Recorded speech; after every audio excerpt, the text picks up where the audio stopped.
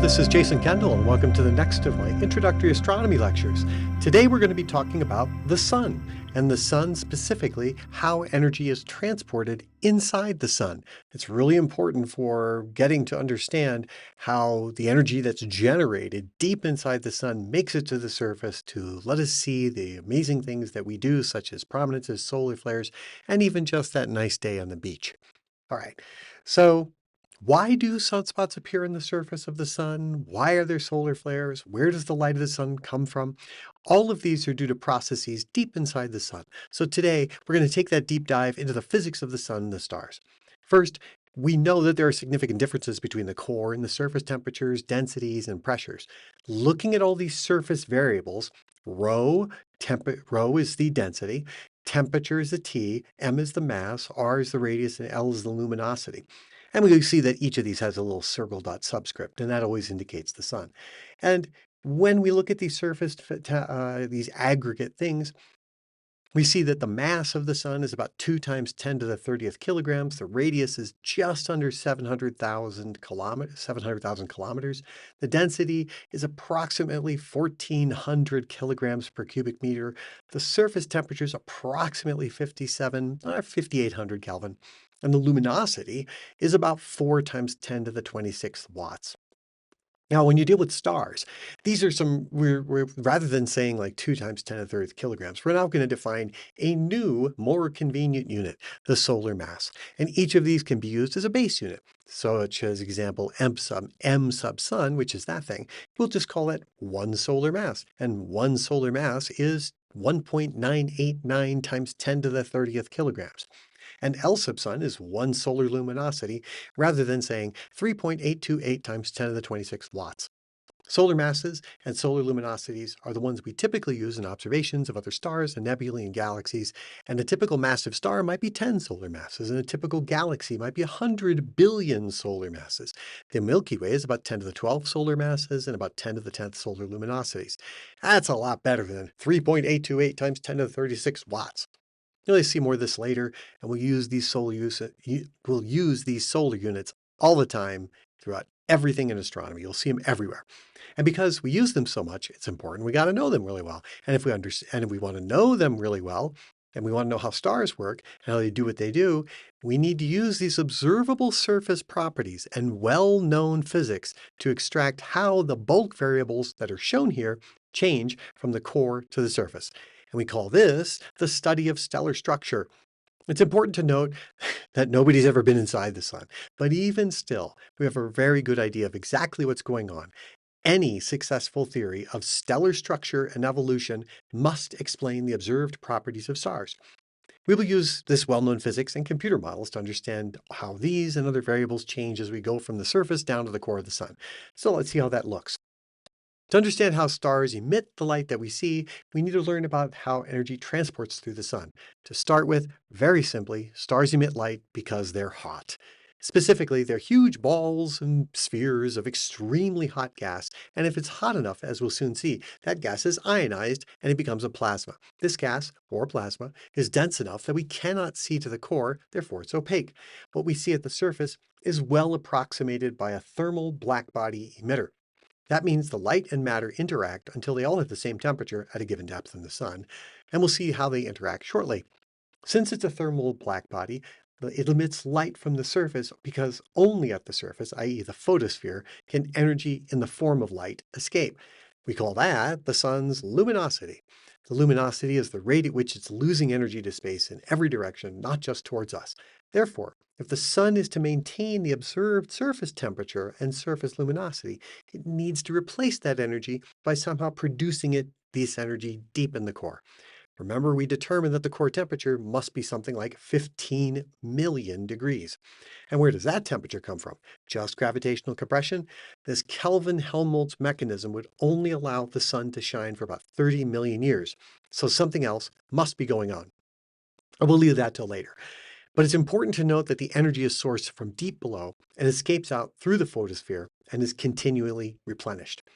So now we have to look at the basics of thermodynamics. And we have basically 4 laws. We call the 0th law of thermodynamics the first, second, and third laws. So we're going to use this idea of local thermodynamic equilibrium a lot in this particular lesson video. It just means that for any, and local thermodynamic equilibrium essentially means that for any bucket of gas inside the sun, any heat lost will be replaced by heat coming into that bucket. We also alluded to the second law, which simply states that heat always flows from hotter regions to cooler regions, which is what I was talking about roughly in the just a second ago. You can use energy to pump from a cooler place to a hotter place, such as a refrigerator, but now you have to make an isolated system bigger and include the region around the refrigerator. There's just no getting around these laws. So that's what we got to do. It's like you always have to go from a hotter region to a cooler region. And if you're pumping to a refrigerator, then the region around the refrigerator is in general equilibrating, meaning it's all becoming one temperature. But for our purposes concerning the sun, the second law just means that the sun is getting hotter than space, so heat flows from the sun in the form of light. The sun is trying to cool off, and so we see the arrow of entropy is showing the direction of energy flow, that is, to space. As for the first law, we'll see that mass is converted to energy via fusion in the core. This conversion creates photons and neutrinos as well as kinetic energy of motion, and the photons themselves are scattered and absorbed and eventually thermalized into a black body spectrum at the surface. And because there is energy transfer, the sun is losing energy. It emits 4 times 10 to the 26th joules per second. That would melt a block of ice 1 astronomical unit long with a square by 1 square mile in under a second. That's crazy. A star is therefore some physical object, so it does not have an infinite energy source. Therefore, it must eventually run out of energy. It must then change and then must die. The energy production is the star's vain attempt to beat gravity, and stellar evolution occurs because of this constant fight against the relentless pull of gravity. These laws of thermodynamics are just what the sun must do while it's engaged in this life and death struggle. Eventually it'll lose, though. So exactly how does energy get from the center of the sun to the photosphere? There are 3 ways to transport energy away from a heat source. The first is radiation, where energy is carried by photons or relativistic particles like neutrinos. Photons, as we learned in my atoms and light lectures, are packets of energy that interact with matter via the electromagnetic force. The photon's wavelength is inversely proportional to its energy, or rather, its frequency is proportional to its energy. Let's say a photon is made by some process. Then that photon goes from here to there, and in so doing, transfers its energy from here to there. Photons will obey the thermodynamics laws by traveling to a location where the photon energy density is lower than where it started. That's a very complicated statement, but basically it's about the intensity of light and how it drops off. And in fact, we can really think about it by saying, oh wait, what about that inverse square law that we talked about way, way, way long ago? That's basically the effect of that. It's diluting out and going to a place where it's less energy. Well, that's just how it dilutes. But basically, the photons are traveling from one place to another, and the energy is being transferred from this place to that place. Okay. Convection is the next thing we're looking at, which is the little bubbly thing in the middle.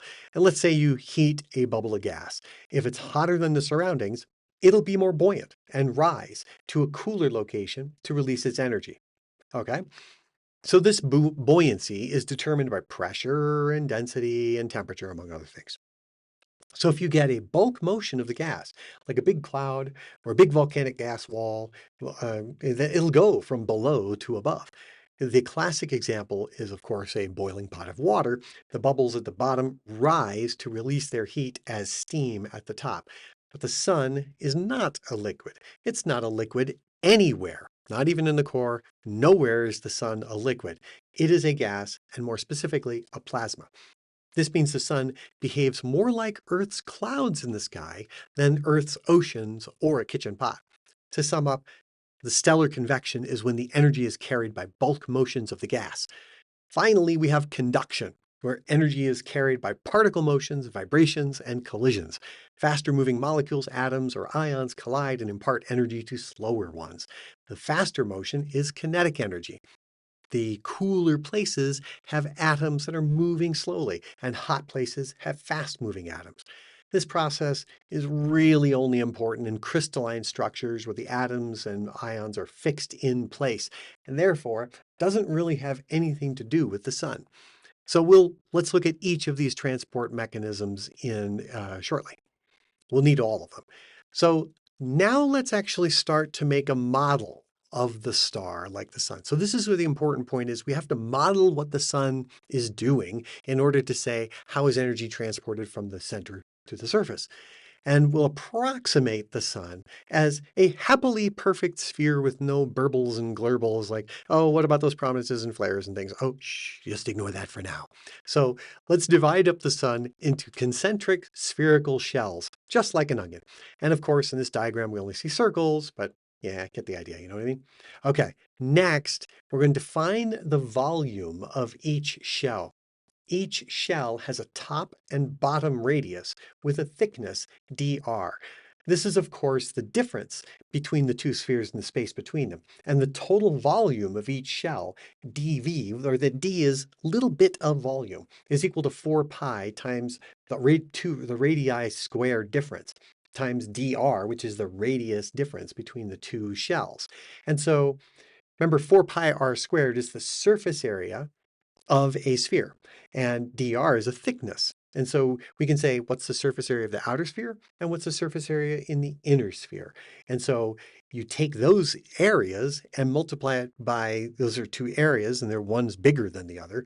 And then you multiply it, you take their difference in the area, and you multiply it by the height that's difference between them, the radial difference, and that gives you a volume. And that's a very thin volume. But that's the volume that we're going to be using for this process. Now then we go a little further and make a grid out of all these shells with a stack of radial lines. Typically, you don't always need this, but you do need it for longitudinal flow. And you also will need it principally for longitudinal flow, but it helps us in this case to make this a little easier for some calculations. So let's break the grid apart and with the shells and make this stack of radial lines, right? Okay, so now we're going to make each box small enough that we can approximate each box as a cube. So it's important to note the volume of each box will be about the same for a given radius. It's not a real sphere, but these approximations are good for our purposes. And so what we're doing is we're kind of approximating the sun by a big stack of Lego bricks that make into a big sphere. So now we're going to zoom in and look at just one cell or Lego brick. So here we go. We'll assume that each one of these cells is in local thermodynamic equilibrium.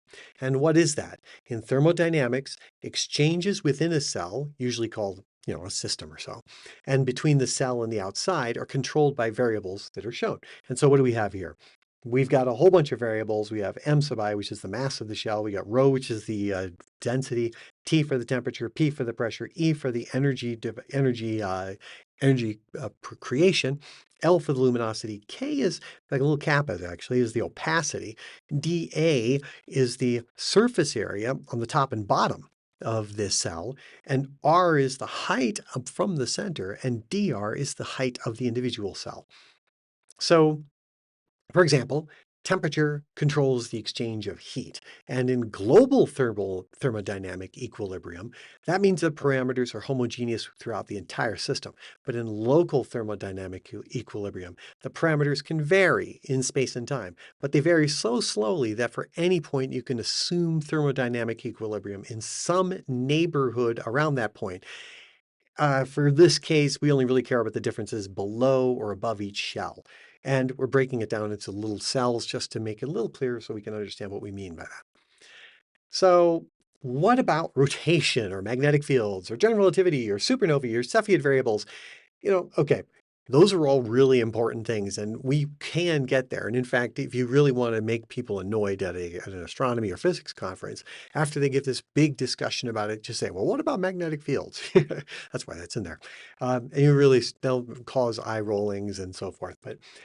But the really important thing is that we will get to these things, but we want to start simply and we want to start with a thing we can actually do. And we'll find that interestingly, that this relatively elementary treatment I'm about to talk about gets us to a long ways to things. We don't have to take into account relativistic effects.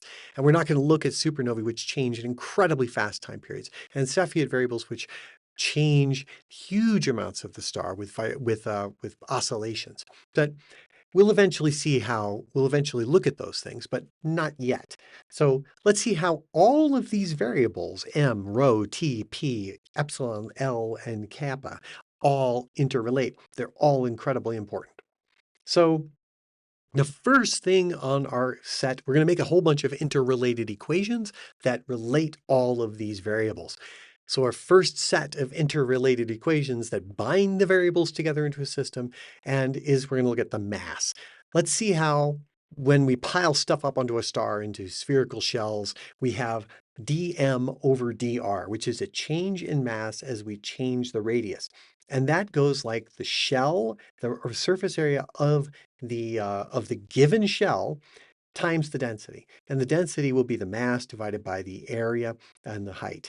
And so that's what that dA dr is. So the volume of the density of a particular cell would be the area of the cell, would be the area times its height. And that's what the rho sub I is, which is the mass of an individual cell. But the important thing here, the really important thing is there's no big gaps in stars. There's absolutely none. There's not until you get to like a supernova, then you can have gaps, but that's only for the briefest fractions of a second. However, the sun, no big gaps. Normal stars, no big gaps. So again, dm is a change.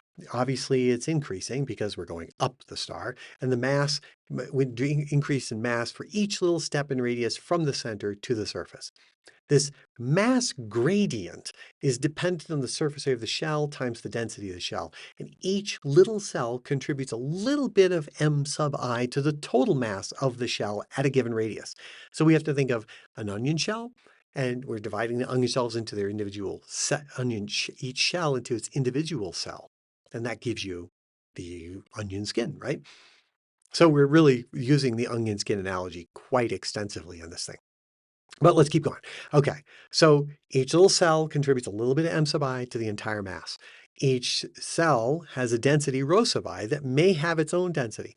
We're going to keep it super simple and say that at a given radius, it's homogeneous. The density is going to be the same here or there. We know that that's not truly the case because stars rotate, stars pulsate, there's always something moving. So, or at least not, well, if there's convection, there's something moving, and if there's pulsation, there's definitely something moving. And if there's rotation, there should be something moving. We're trying to keep the star static to keep things easy, okay? Simplicity, we're going to say that the density is uniform for the entire shell, not just an individual cell. Keep it easy.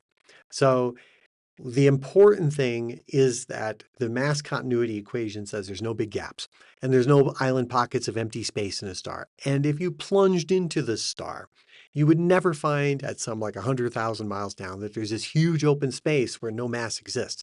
That doesn't happen. Unlike some early science fiction novels where it's like, oh, go deep in the center of the earth and you get to big gaps and like huge ancient civilizations of lizard people live down there. That doesn't exist in the Earth, nor does it exist in the sun.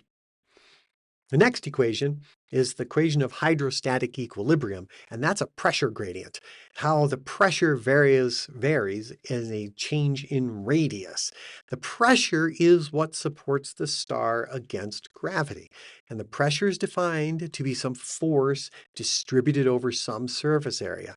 And whatever the source of that pressure it must be resisting gravitational pull. And that's where the Newton's gravitational constant, that big G, comes in. The m sub star is the mass of the star's bulk beneath the current radius. So it's not strictly speaking one cell, it's the entire shell. I'm just keeping the cell notation there for ease and understanding. Maybe it's a little confusing, but just we're looking at the entire shell. Okay, so r is the radius of the current shell, and m sub I, if you look in there, that's the mass of one little cell, and dA, di, is the area on the cell on the top and bottom, right?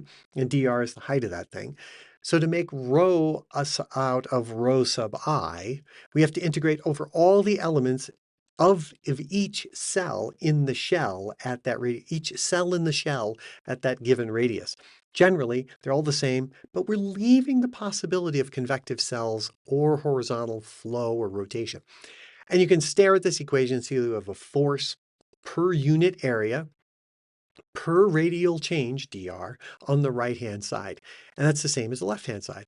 This all says that if the pressure balances the gravitational pull, then there are no bulk motions within the cell or the shell. And that's what we mean by hydrostatic equilibrium. We don't mean hydro as in water. The sun is not a liquid, but gases and plasmas are not solids and so can flow in a fluid fashion. But what we're looking at are gases that are not in motion and thus in equilibrium. So this is the statement of equilibrium where gas pressure equals the gravitational force that pulls it in. Okay, next we need something what's called an equation of state. And there's two parts, and this is part one, and we're going to use the ideal gas law. And we can justify using the ideal gas law even though the sun is not a monatomic gas, but rather it is an ionized gas or plasma. If we note that the particles aren't interacting chemically. They're just elastically colliding into each other, and they redistribute the kinetic energy. And so here in this equation, rho is again the mean mass, is the average mass density. M bar is the average mass of the particles. And mu, or mu, is the molecular weight. Now you like that, it's a molecular weight. No, it's just the name of the variable. It's not, there's no molecules inside the sun, except way at the surface. And we could get some, but most of them would be tightly bound molecules and diatomic. But won't be many molecules, won't be any molecules below the photosphere, the guarantee. But molecular weight is just the name of mu. Now, m sub h is the mass of one hydrogen atom, v is the volume of the cell, n is the number of particles in the cell, k is the Boltzmann constant that we're familiar with, which has that number. Okay, so now first we're going to convert the mass density of the shell, mass density of a cell, into a number density by knowing the rough composition of the sun's interior. And we can know or measure or guess the average mass of the particles, but we'll state this in terms of the mass of the hydrogen atom. So mu is the mean molecular weight, and that can be calculated for a fully ionized gas that's composed of roughly 75% hydrogen or roughly 25% helium, and a little bit of other stuff. And that gives you 0.62 or thereabouts. And this compositional dependence will be tricky, and it does not stay constant throughout the sun. And we could make simplifications, we could make simplifications, we can, and using the Lane-Emden equation, and that gives us equations of state from polytropes. But that's advanced for this discussion, and I'll reserve that for some in-depth lecture, maybe in the future. Okay, for now, it's really good to note that this equation is a useful approximation to stellar interiors, but it's still not complete. To get the complete part, we need part two, the pressure due to radiation. So photons possess momentum, and they can deliver an impulse to other particles during absorption or reflection. And that's what the P sub gamma equation is below, where the momentum is inversely, okay, this is terrible. Okay, P sub radiation is the pressure due to radiation, and that's equal to 1/3 times the radiation constant times the temperature to the fourth power. But little p sub gamma is the momentum of one photon given at a given wavelength, lambda, which is h is the Planck's constant. So yeah, I'm sorry, I used P for pressure and P for momentum, but welcome to physics. That's very, very, very, very common. Okay, off we go.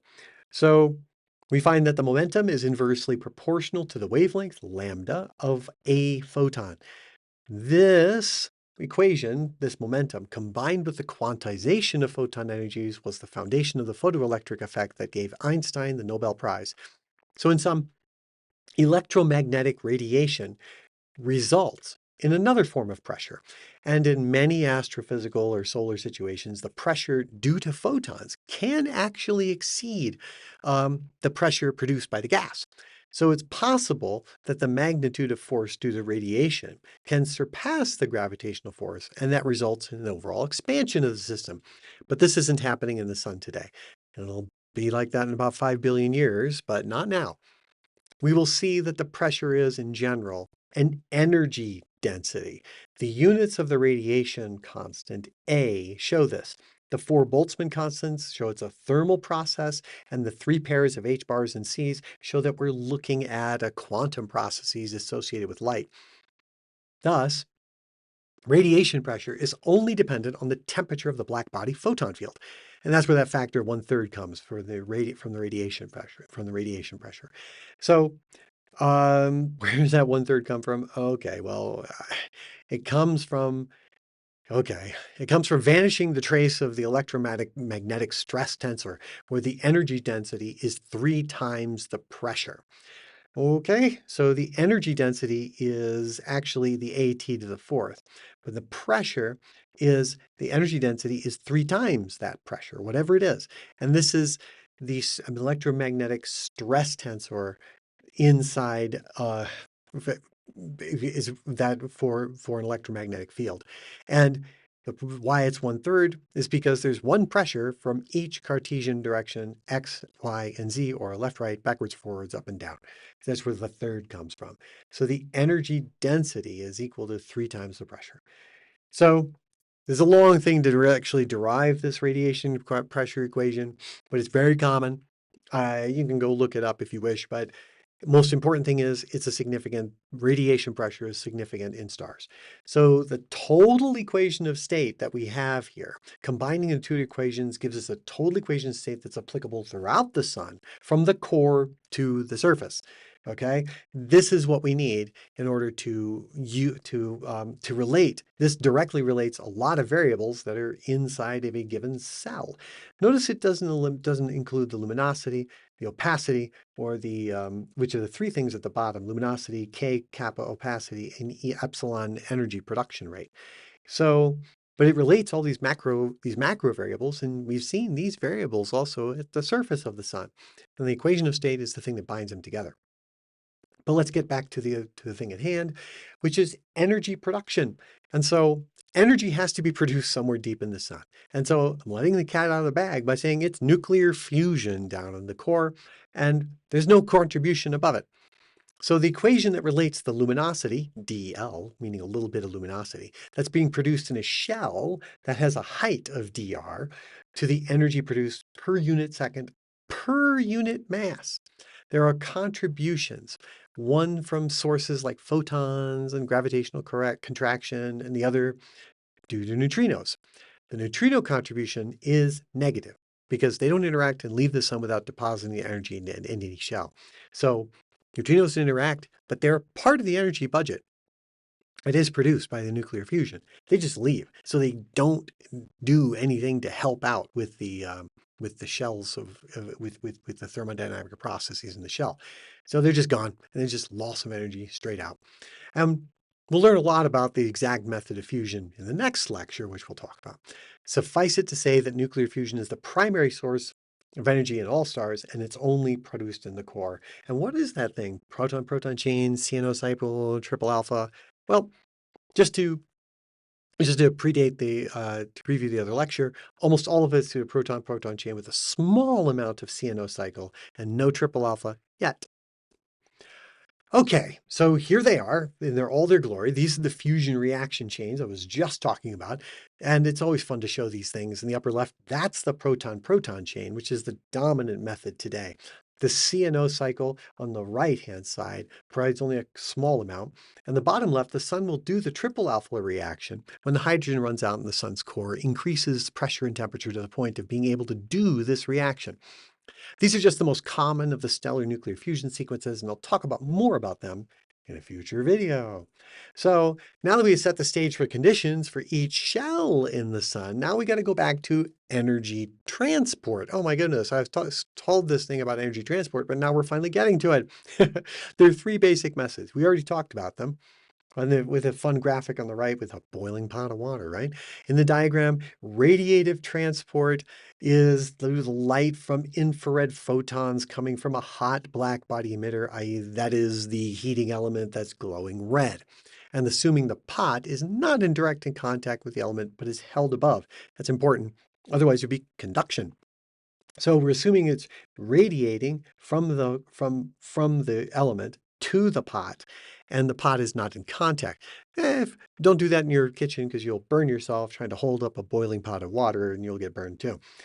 But assuming the pot, so we got to assume that it's not it's not in contact. And when the light, the infrared light, which is very intense, hits the pot, it heats the atoms and molecules of the pot. They then vibrate next to each other and conduct that energy, imparting their heat from hotter, faster vibrating molecules to the cooler atoms and molecules. That's the conduction. Convection arises when bubbles of water in the pot rise because they're hotter than their surroundings and thus become buoyant. Buoyant means lower density, and since they have lower density, they're going to go from a place where they're surrounded by high density and they're low density, they're going to rise out of that high density to go to the low density area. And once they do rise up, they release their heat as radiation, they cool, and then sink, forming a convective flow. Cooler gases are more dense as a result. Now, these equations on the right, on the left-hand side, they describe each of these processes in stars. And in each case, the change in temperature as a function of radius is the transfer of heat from one shell of the sun to the next. And we're always going to be assuming that the core is hotter than the surface. So heat flows vertically in a star or radially, and these equations all show spherical symmetry. Let's look at each one now in turn. All right, first, conduction. I'm going to start off with conduction. Conduction is when heat is passed by vibrating atoms, atom to atom, or ion to ion, or molecule to molecule in a dense material. And this takes some time to do as heat is passed from atom to atom in a dense material from a hot to cool region. And so if you hold a metal tong by the handle and put its tip in a flame, over time that heat will be conducted from the tip of the metal tong up the handle and you will feel it heat up. It doesn't happen immediately. And eventually you'll have the same temperature as the flame of the fire, eventually. Conduction is only efficient when the densities are high, and that means the atoms or electrons are packed in close proximity to each other. And then K, here K, is the conductivity of the solid, not Boltzmann's constant. So now why can't the metal in the tongs just radiate the heat? Because it's so dense that the materials can't easily, that light that is being produced by these vibrating atoms can't easily get from point to point. And in fact, there's a lot of photons bouncing around inside a heated tong in a fireplace, but the atomic and molecular vibrations carry more energy than the small photon field. So the atoms and molecules have so many ways of absorbing and emitting light, and it gets transformed into rotational, vibrational, or translational energy. Basically, this means that light at lower temperatures of infrared and microwave and radio wavelengths provide movement or kinetic energy. And so that feeling of heat in your hand when you pick up a hot pot or something next to a stove is because the atoms and molecules in your hand are now getting vibrated at the same rate as the vibrations of the handle of the pot. And then you got to burn. For conduction to be dominant, you need dense materials that can easily absorb light at many wavelengths. And it's not true for normal stars, but it does become true for white dwarfs and neutron stars, which is pretty cool. Anyway, enough about conduction. We don't use it. In the case of radiative energy transport, it's appropriate for the inner portion of the solar mass main sequence star and the outer envelope of a massive main sequence star. In all cases, the energy is carried away by photons radiating away from the heat source. All right, so we got a stack of equations here, and we're going to get through it to the bottom to show how we derive this. The first equation describes how photons diffuse through the star radiatively. F is the flux of energy from one shell, hotter, which is to the one above, which is cooler. And strictly speaking, blue light is more energetic than red light. So, in a very astronomical sense, I got these two things reversed. But red, culturally, we could deem as hotter, and blue, culturally, we deem as cooler. So that's why I arranged it like that. But remember, T1, temperature 1 of the blue spots, is cooler than temperature 2, which is closer to the core. All right, so there's an energy flow through the cell and of course through the entire shell. And the net flux of energy is the difference between the two layers, Stefan-Boltzmann laws. So that's T2 to the fourth minus T1 to the fourth times sigma, right? So those are the two fluxes. And we can write that as a differential equation for small differences between the layers, and that's what we got on the top one. That's the top equation. So what's flux? Flux is the energy per second through an area. And if that energy is in the form of light and has a black body spectrum, then we can use that sigma t to the fourth power equation. Luminosity, by comparison, is the total energy per second emitted from some object, and the difference is subtle but important. Flux is power per unit area, and luminosity is how much total power. And so flux means you have to have some surface area either through which you're measuring. All right. With this in mind, the cell may absorb the light. And so the average distance a photon travels before being absorbed is the reciprocal of this kappa and rho. Kappa is now we're in the second equation. Kappa is the opacity of the material that the photons are passing through, and rho is the material's density.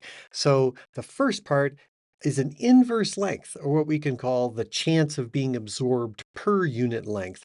Strictly, it's the average density that the intensity of the photons drops by a factor of e, the exponential constant.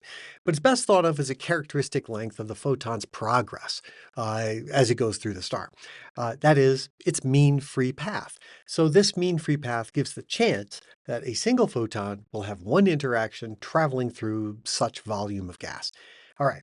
Now, the third equation is the definition of flux through a spherical surface that we translate to luminosity. So assume you have a spherical surface that doesn't even have to be a star. It could just be some imaginary surface.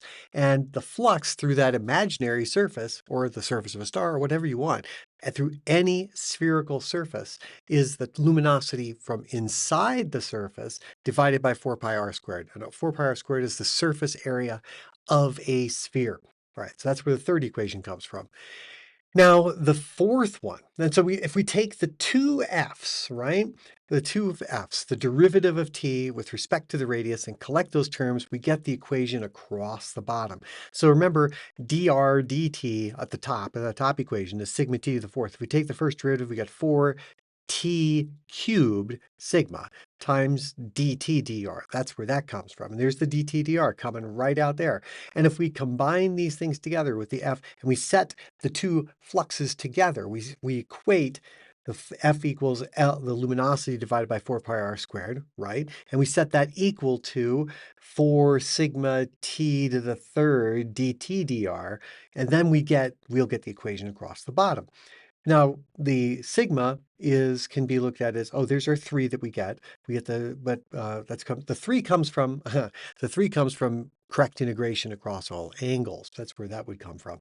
But the 4 sigma over c is that really strange looking thing on the right, and that's the radiation constant that we would use. But sigma is from the Stefan-Boltzmann law. So the radiation constant, then if we use the radiation constant here, then the tilde across the top goes into exactly as opposed to approximately. All right. So now let's look at the drunken walk of an individual photon, because if we follow the average photon that's emitted in the core, its path outward to the surface is kind of slow, actually. So the photon leaves the core and then hits an electron or a proton within about a centimeter, and it gets scattered in some random direction. And so light travels really fast. And so it only travels 0.1 nanoseconds before it hits another electron. And so therefore, it slowly staggers to the photosphere in a random walk, because that scattering is in a random direction. On average, then, it'll take about 200,000 years for a photon from the core to random walk its way to the surface. And in so doing, it'll also change its frequency and wavelength, because the interaction it'll have with electrons and protons and helium nuclei and so forth.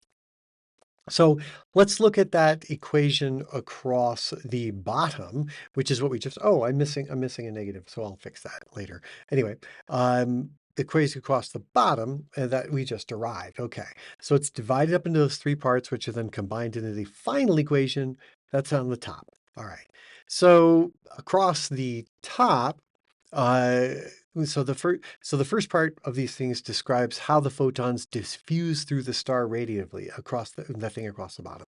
So that's how they diffuse through.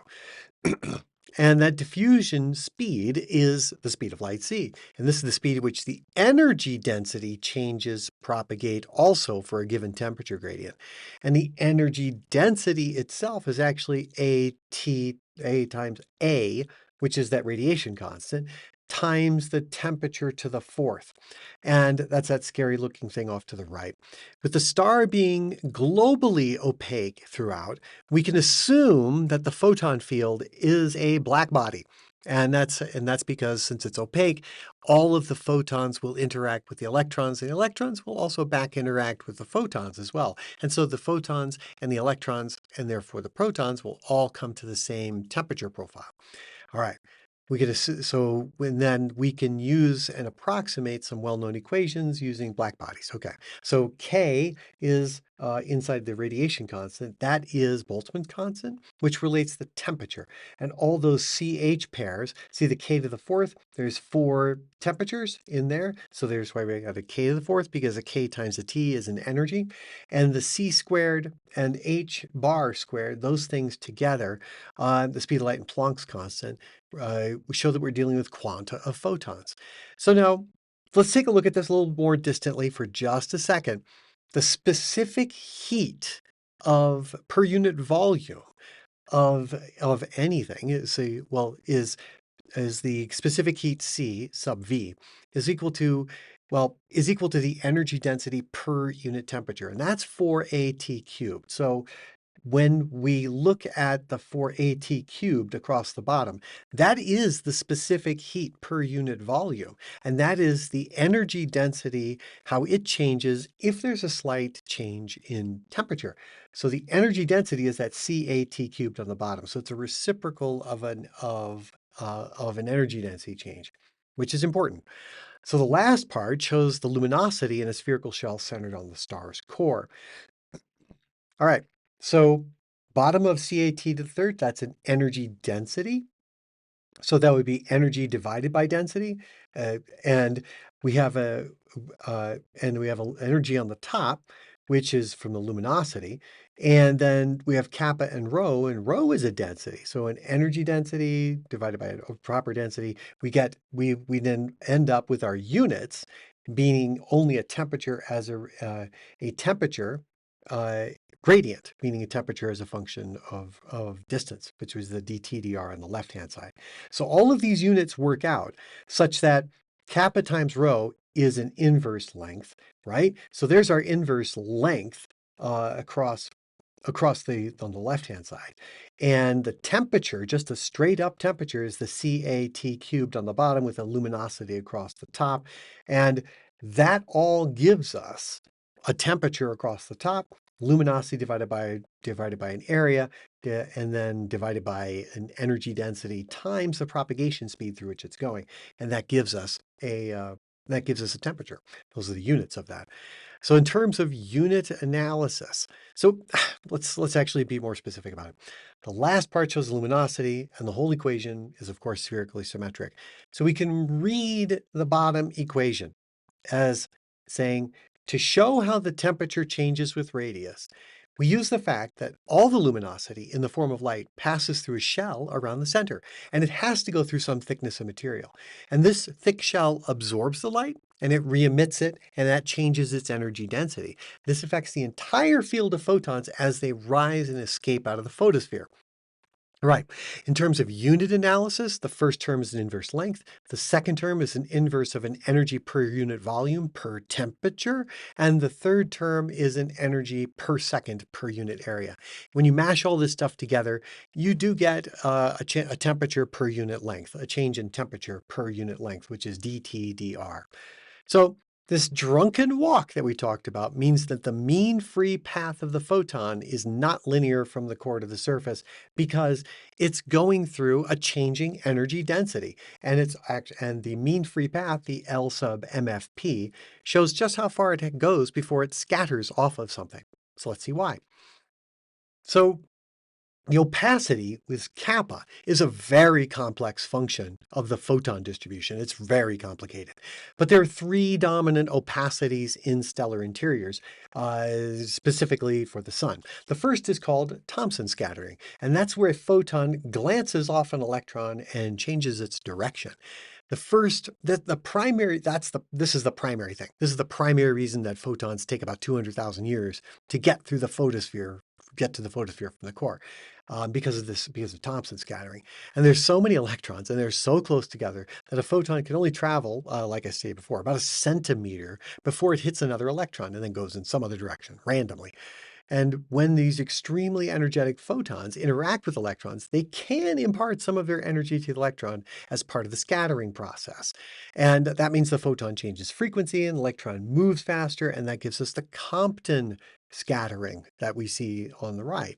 So that's an important mechanism that distributes the high energy photons made by the fusion reactions in the core, which are created at specific wavelengths into a thermalized blackbody spectrum. These two things dominate.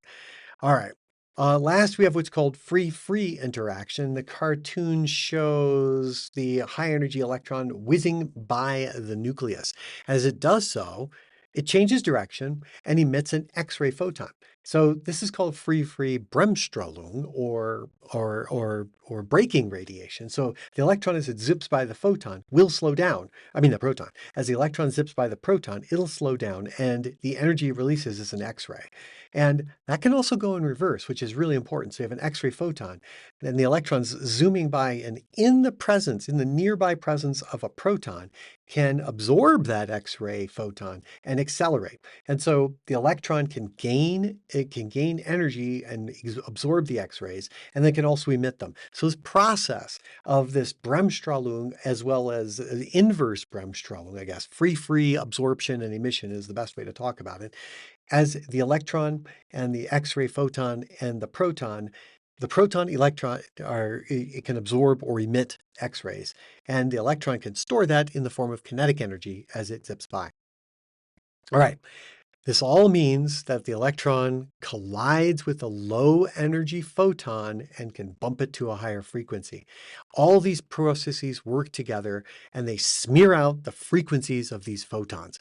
And it serves to equalize the energy distributions of all the electrons, all the nuclei, and all the photons into a thermal blackbody spectrum. And the actual functional form of this opacity, this kappa opacity, it really depends on the process in question. Some are strongly dependent on the temperature and others are not, with a lot of things in between. I guess I'm going to have to do a whole video just on this slide because there's quite a lot. However, the most important thing to think is that we're going to call this kappa for this particular thing that we're talking about in the solar interior. It's called the Rosalind mean opacity. And the Rosalind mean opacity is a specific kind of thing that involves these processes as well as many others. And it doesn't really care what the process is, the Rosalind mean opacity. It just says that there will be things that will absorb and re-emit the light at various frequencies, and you average that out over a large set of processes and wavelengths. Because sometimes, if you're not talking about scattering processes like the Thompson scattering or Compton scattering, well, Compton scattering is also very temperature dependent too. And so is free Bremsstrahlung and emission absorption. Those things, those thermal Bremsstrahlung can really be dependent on temperature as well. But we're talking also things that might be atomic processes, which are not present in the core of the sun, will also create very strange opacities. But in general, the functional formality of kappa, the opacity, is extremely complicated. However, it can be simplified radically by noticing that the dominant things that are happening in the center of the sun below the surface are either Thompson scattering or Compton scattering or this free, with the vast majority being this Thompson scattering. And that's why it takes so long for an individual photon to get out of the sun. All right. Energy in terms of convection That's our third one. So energy for convection is carried from hotter regions to cooler regions by bulk buoyant motions of the gas. So we got these two little cloudy things. The red is going to be a hotter gas and the blue will be a cooler gas. Okay, fine.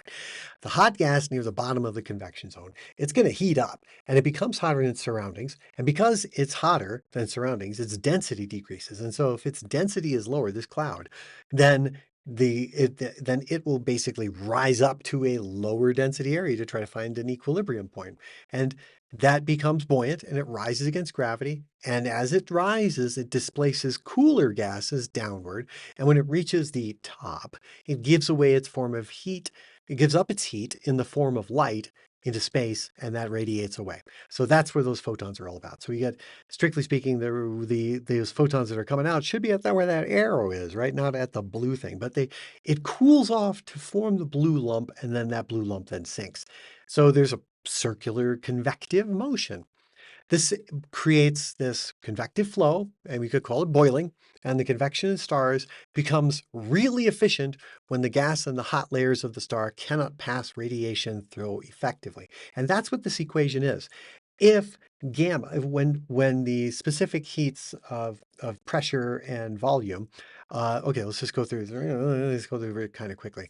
Convective energy transport is usually modeled by mixing length theory, okay? So here, the gas in the star is containing some elements, these bubbles, and that nearly retain the temperature and the density and the pressure of the surroundings, but they move through the star as far as some length called the mixing length. And for a monatomic ideal gas, when the convection is adiabatic, meaning that the convective gas bubbles do not exchange any heat with their surroundings, then mixing length theory yields that equation, or the adiabatic energy transport that we see, where gamma is for an ideal gas, is the adiabatic index, is the ratio of the specific heats of the gas. And that's for specific heat of pressure and specific heat of volume, okay? With holding specific heat holding pressure fixed, specific heat holding volume fixed. For a fully ionized ideal gas, gamma is 5/3. So this is pretty much what we're going to be looking at, and that's in general. When the convection is not adiabatic, the true temperature gradient is not given by this equation. And in the sun, the convection at the base of the convection zone is adiabatic, but near the photosphere, that breaks down pretty quickly. So the mixing length, the theory of mixing lengths, contains two free parameters that have to be set to make the model work for the observations. So it's not really a rigorous mathematical formulation, so it's got to be kind of fixed in terms of observable parameters as well as computer modeling. But we can determine, interestingly, this gamma as a function of depth. That gamma, the ideal gas gamma, that's for an ideal gas. But the gamma in the equation itself, when it's closer to the surface, you can derive that from helioseismology. So what this for the convective energy transport the adiabatic energy transport or convective energy transport equation we see here shows is a gradient of temperature dTdr, and that's equal to some fraction 1 minus 1 over gamma, which is that funny thing that shows what the mixing length theory how the specific or the ratio of specific heats for an ideal gas, which is true deep in the star, is equal to the temperature divided by the pressure times the gradient of the pressure. So we have from before, remember we had a pressure and temperature relationship from the pressure and temperature relationship uh, from before, and that allows us to actually put these together with all the other equations. All right, so now we need to talk a little bit about thermal equilibrium in stars. A star is going to be in thermal equilibrium when the amount of energy generated in the core is balanced by the transport of that energy to the surface and it gets radiated away as starlight. So in thermal equilibrium, the surface of the star is, in the most general sense, not getting any hotter or cooler. Okay, so the core is, again, in the most general sense, also not getting hotter or cooler because there's continual energy generation in the core because of gravity. So gravity is pushing in, and that generates energy in the core to support against gravity. And this thermal equilibrium is a totally delicate balance. If more energy is generated than is required by the star's luminosity, then the excess energy makes the star expand. And if less energy is generated than is required, the star then contracts to make up for that in order to heat up the core. That means thermal equilibrium is an incredibly important and a central idea in the evolution of stars. So long as something is producing that heat in the core, and so the generation, how much energy is generated in the star's luminosity, then the thermal equilibrium stays in balance. And you can get more luminosity out of the star if you contract it. And if you collapse a star, you collapse the gas and the core heats up. And if it heats up, it emits more energy. And if it emits more energy, then it expands and expands. And it'll push the star out a little bit. And so that means this is a really natural thermostat. And that's what I mean in the most general sense. These don't change. And of course, over the course of 1 billion or 100 million years or what have you, yes, this will change. But day to day, in the course of a human life, or course of 100 years, or 1,000 years, or 10,000 years, it's not going to be a big change. It's not going to be a big change. You have to wait to look at much longer timescales because the sun's going to live about 10 billion years or so, right? So since it's going to live about 10 billion years, you have to wait about 1 billion years in order to see some changes, or roughly 100 million years to see some changes. But it's important to always remember that gravity is always pulling on the stars, and that is ultimately, that's the thing in nature which causes everything to change. And so as gravity squeezes the star has to emit light in some way because it heats up in the core. And that forces the evolution of stars because stars have to change because luminosity means they're losing energy. And so therefore, something's got to happen down in the core to replenish the energy that is lost. And stars are finite objects, and therefore, as they use up their sources of energy, they must change. All right. And somehow energy is made, and in main sequence stars, that is hydrogen fusion into helium. The star contracts under the form of the hydrostatic thermostat. And if too much energy is produced, it expands, and energy generation then slows down. It'll cool off until gravitational pressure heats it up back again. The core cools because there's lack of fuel. The star compresses until it heats up and makes the particles move fast enough to find each other, to do some sort of fusion, to give off energy, to make it expand it again. All the while, the energy being produced goes from this hot place to that cool place, transported by radiation or convection, not conduction. And this thermal equilibrium stays true so long as there's an adequate fuel source. The hydrostatic equilibrium indicates that there's bulk motion of the star's interior as the material absorbs energy from the core and passes it along. That's hydrostatic equilibrium. It's like the movement of material. So nothing's moving inside of the star. Okay. Oh, deep inside the star, once you get below the convection zone, then it's just radiating. In general, stars are in both equilibria, both hydrostatic and thermal equilibrium, but only to a really good approximation.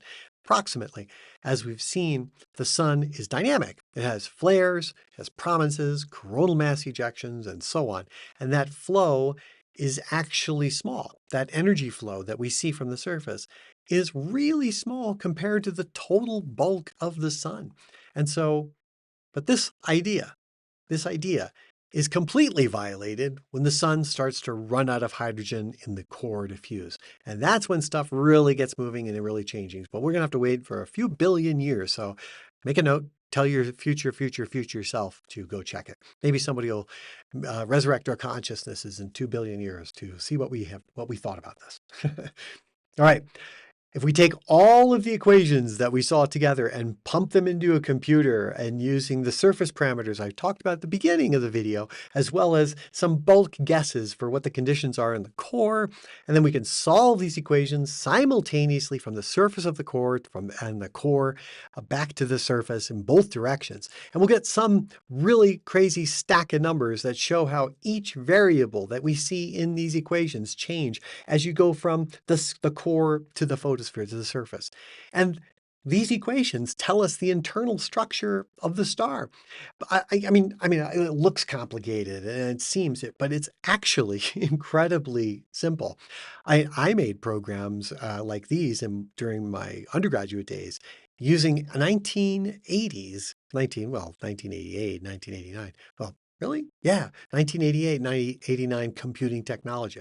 And so the output I got when I was back in college was stacks of paper with numbers on it. And it was kind of fun. And programs like these are really simple. I mean, look at these. We got what, 6 equations, right? And then some, wow, that's it, 6 equations. We got the hydrostatic equation, we've got the mass continuity, we've got radiative transport, we've got adiabatic transport, we've got luminosity, and of course, we've got the equations of state, the pressure equals the equation of state. So, and we've got an energy generation process down there. So those 7 things, those things, that's all we really need. It's not like we're trying to figure out what's going on inside the cells or DNA, or mitochondria, the powerhouse of the cell. We're not trying to figure that out. Those are incredibly complex processes. DNA is insanely complex. Biological processes are far more complex than anything we see in the sun. And they can't be broken down into these kind of simple equations with any degree of ease that will make the good level of approximations that we get with stars. But stars, we can use these things. And this is how we can understand what's going on. So if you take all this stuff and look at surface properties, and we look specifically for the sun, we can actually look at some computing runs and see what the output look like. So here are some outputs for mass, luminosity, density, pressure, and temperature. And now I'm going to show you some solar profiles solar model profiles made by Kevin France at the University of Colorado. And these come from his website. If you just Google Kevin France at UC and solar modeling, you will see these. And these graphs are simultaneous numerical solutions of all of these equations made into graph form so that they're easy to kind of understand. So when you do a solar model like this, what you get is an enormous spreadsheet of tabular data as output. And you simply choose the columns from this thing. And it's going from the core to the surface, from 0 to 1. And that's what everything's been normalized, 0 to 1. That's what we see at the left-hand side. Across the bottom, 0 to 1, right? Radius divided by the solar radius, the total radius. And that's normalized to why we have radius across the bottom of each of these graphs. So you just choose the columns you want to present for clarity, and some authors put them all in one graph, and that can be interesting, but it can be confusing and tricky to read. So let's go through each one. Upper left, the mass and luminosity as a function of radius. As you can see, the mass fraction is the solid line, and the mass fraction shows that a lot of the mass, we've got 60% of the mass of the star, or well, more like 95% of the mass of the star is in the first 60% of the star. That's what the mass fraction says. And let's see, we're 50% of the mass of the star is down roughly 50% of the mass of the star, according to the solid line, is about 1/3 of the radius. So that's half the mass of the sun is down 1/3. And by the time we get to 80% of the radius of the sun, these are solar models, by the way. This is all one big solar model. And so by the time we get to 80% of the sun, we've gotten all the mass inside. So everything that we see from the surface of the sun, the photosphere, that's almost nothing of the sun. It's all the kind of surface fluff in a certain way. Now, the luminosity fraction is also printed there, and that's interesting because we can see that the luminosity, all of the luminosity gets generated inside the nearest 20%, the bottom 20%. By the time you get to 20% of the radius of the sun, the luminosity that's going to be generated has been generated. That's what that upper left graph means. Now we can go to the upper right graph, which is density as a function of radius. And we see that everything's going to be as a function of radius. The density is the highest in the core and drops to practically really very, very low density. Once you get out to about 50% the radius of the sun, or 40%, we can see that it's down to its lowest. It's down to basically surface level density at about 40% in the sun. So less than halfway out from the core of the sun, the density has dropped to roughly the surface of the sun. Roughly, very roughly. So, but the density is incredibly high in the core. That's important to remember. And now the temperature profile, though, doesn't drop. The temperature profile drops rapidly, but not as rapidly as the density. That's also important because remember, temperature is the thing that shows whether or not it's convective or radiative. And finally, off to the lower left is the pressure as a function of radius. And notice that is very similar to the density. So density and pressure are very, very similar with the pressure dropping off just a bit faster than the density. In fact, you can see that the pressure has dropped off almost completely away from its maximum amounts by about 40%. But the pressure is incredibly high in the center, in the core. And notice that the pressure also marks the luminosity. Where the highest density is and where the highest pressure is, that's where all the luminosity is. But the temperature doesn't do that. The temperature is just like, well, we're all hot and we're moving and stuff. Okay, so let's look at the next one set. Here we see the effect of the convection on the sun. About halfway out from the core, convection begins to become important and changes the slope of the radiative transport gradient. So remember we looked at the radiative transport equation? Right there's where it is. That's the pure radiative transport gradient, which is the yellow line. But once you say, oh, wait a second, we have to figure out what the effect of convection is on that. And that's where the blue comes in, is that the effect of convection starts at about halfway out the radius, and it gets that 5/3 value really quickly. See where it gets all of a sudden, boom, it becomes fully convective right at about 70% of the radius of the sun. And there's some mixture of radiative and convective deep in the core, but it's mostly radiative. It's just the radiative gradient is extremely disturbed by well, I shouldn't say it's convective in the core. It's not. The radiative transport is how photons are getting around because the density is too high for convection to occur. But convection onset occurs very strongly at about 70%, and then it's like fully convective from about 70% of the radius of the sun to the surface, and it's fully convective for energy transport. So how is energy transported in the sun? As the question that begins from the very beginning of this video, this equation, this graph shows how it's transported.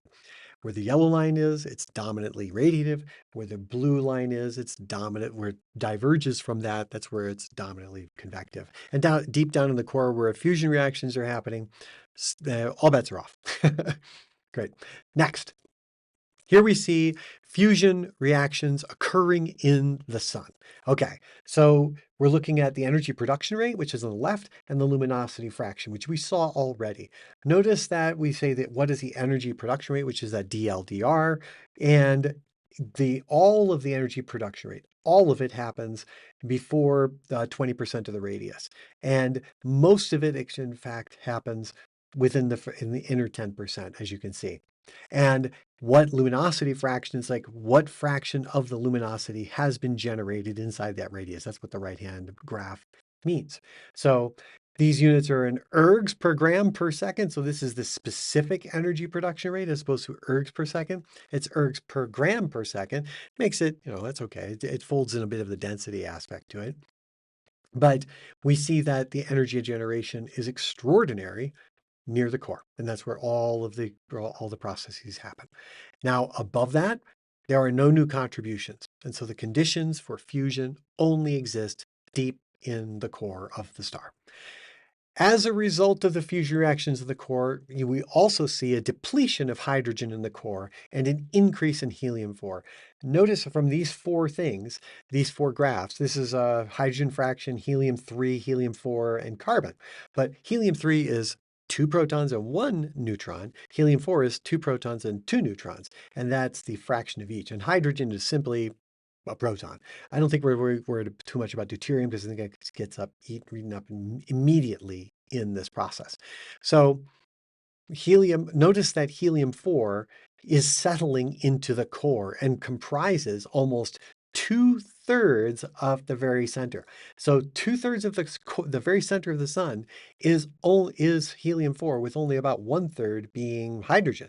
So Hydrogen is depleted in the core. That's very important to think. And that's where it's been converted. So the intermediate product of the proton-proton chain is helium-3. And notice there's an excess abundance of that right above the core. And it's fully depleted in the core because of the proton-proton chain.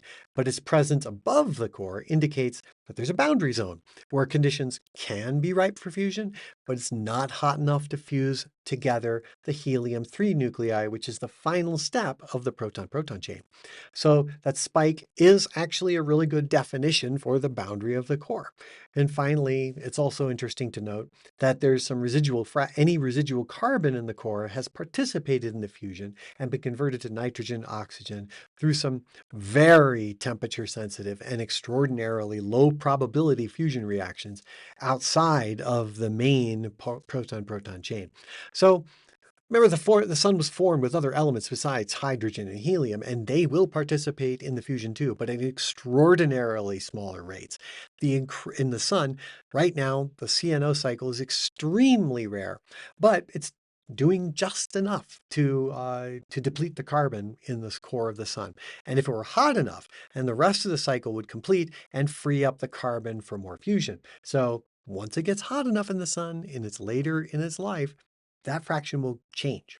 And so the composition of the sun changes with time. Notice these are not the compositional fractions at the start, at the origin of the sun, nor will they be the compositional fractions for the sun in 5 billion years. So that's important to know.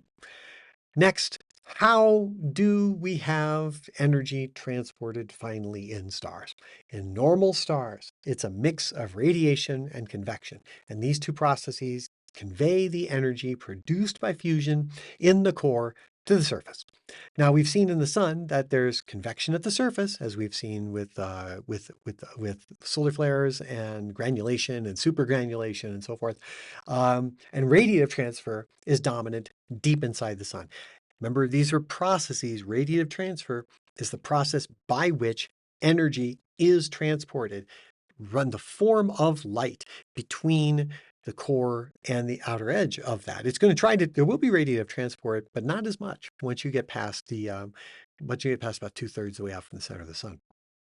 Okay, only in we see that for small stars, only in the ultra dense stellar remnants of dead stars can we ever use conduction as an energy transport method. So normal stars do a mix of convection and radiation. And they always have significant temperature gradients from the core to the surface. But the compact remnants, like neutron stars and white dwarfs, have almost the exact same temperature from the core to the surface, which is really interesting. And it shouldn't be too surprising because these stars are really, really small, from the size of the Earth down to the size of a few kilometers across. Okay, so here we see some rough limits for the energy transport in main sequence stars. Low mass stars, stars less than about half the mass of the sun, are completely and fully convective. And their long lifetimes means that every nucleon will make many trips between the deep part in the core, right down the core, and the outer surface of the photosphere. They are truly churning pots. And solar mass type stars, between about half the mass of the sun, about 1.5 times the mass of the sun, they're predominantly radiative core and with convective outer envelopes. But once you get, and this shifts gradually, of course. You can think of it as deep radiative core that grows and grows and grows, but then gets followed again by a convective core. You can think of it as smoothly transitioning from left to right. So massive stars have convective cores and radiative outer envelopes. And we'll see in future lectures that massive stars are completely different than low mass stars. And this is one of the really important reasons why. The temperature inside the cores of massive stars is so very hot, and the temperature gradient is so great that it overcomes the radiative transport, and you get convective deep in the core. But for the sun, the temperature gradient isn't as great, isn't as steep, and so you do not get convective. You don't get convection. Anyway, this is how energy is transported in stars in general. And these are very, very loose. And of course, there are gradations, and we can say, oh, what is it like at a 0.7 solar mass star? What is it like at a 0.3? What is it like at a 2 solar mass star, a 7 solar mass, or 1.4? And of course, these are smooth. This is a smooth transition from left to right. Finally, let's just go right through this and look at all of these equations that we have together. They all work together to show how energy is transported in stars, and these equations are what we call stellar structure. These are stellar structure modeling equations that we can use to create computer programs that will actually model the interior of stars. And this is how we do it. This is how astronomers do this. Why else would people be learning Python like crazy and developing stellar interior models and so forth? They want to understand using these equations, and of course, many others, but this is an introduction to this concept. And these equations form the basis for what you wish to do when you want to know what's going on deep inside a star and how that energy gets transported from the surface, from the core to the surface, and how the star is going to behave. Because remember, as in science, we really want to understand measurables. And so there's measurables like pressure, there's mass, there's density, there's, as we see here, there's luminosity, there's temperature, and there's energy generation rates and massive hydrogen. All of these things combined together, those are measurable variables that have, and all of these equations then are their interrelationships. And so once we start to have a pretty good idea of what's in the core for general ideas, and once we have a very good idea of what we see on the surface, you make computer models using these equations, and you integrate the ideas both ways in a computer program, and then you iterate and iterate and iterate until you get a final solution. And that's what we saw with those graphs. That's exactly what it was. Anyway, hope you've enjoyed this, and please smash that subscribe button, and we'll see you soon. Oh, and by the way, I also want to thank my Patreon members, and here they are. Here's all my Patreon members who have been happily supporting me in this new effort of going out there. So thank you, Patreon subscribers, and please subscribe and mash that like button, and we'll see you next time.